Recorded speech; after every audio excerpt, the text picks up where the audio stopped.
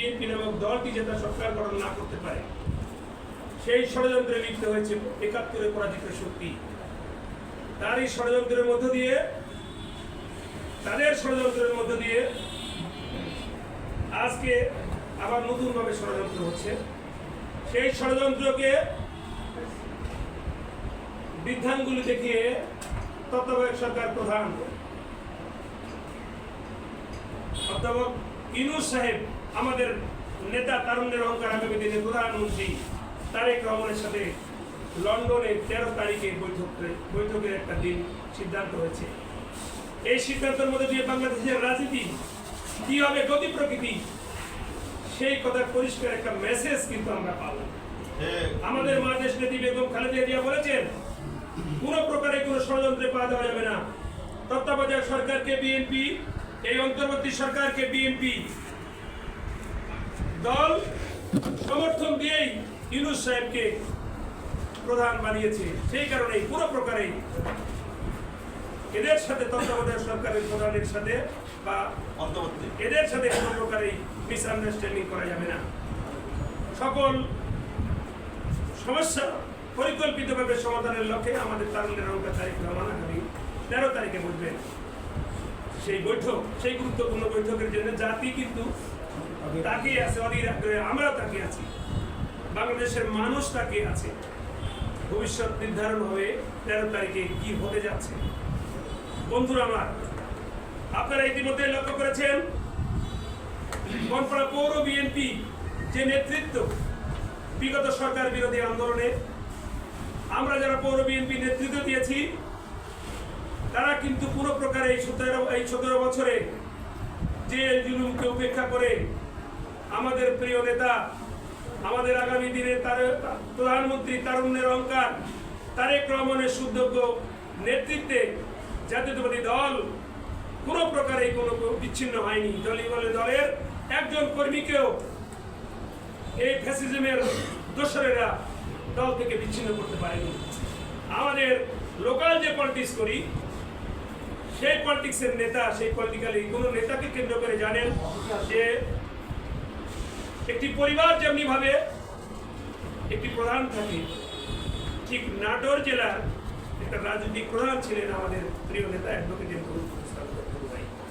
তার সুযোগ্য নেতৃত্বে আমরা নাটোর জেলার রাজনীতি পরিচালিত করেছি। আন্দোলন সংগ্রামকে আমরা নেমেছি, প্রত্যেকেই আমরা জেল জুলুমকে মাথায় নিয়ে তার নির্দেশে আমরা জেল খেলেছি। কিন্তু বন্ধুরা আমার, এই 17 বছরে যারা রাজনীতিতে আমরা কোনোদিন দেখিনি, কোনোদিন আমরা 17 বছরে কোন একটি রুগীকে দেখতে যাওয়া দেখিনি। আমাদের জেলে গিয়েছি বারবার, আমি সর্দার রফিক সহ, এখানে তার রবিউল সহ যারা, হোসেন আলী ফকির, এরা যারা বারবার জেলে গিয়েছি, আমাদের একটি দিনের জন্য খোঁজ খাবার নেওয়ার কোনো লোক ছিল না। এই শহীদুল্লাহ সোহেল জেলখানায় গিয়ে আমাদের সাথে দেখা করেছে, মিলন আমাদের সাথে জেলখানায় গিয়ে আমাদের দেখা করেছে, জেলার নেতৃবৃন্দ আমাদের সাথে দেখা করেছে। কিন্তু বন্ধুরা আমার, আজকে 5 তারিখের পরে আমরা দেখতে পাচ্ছি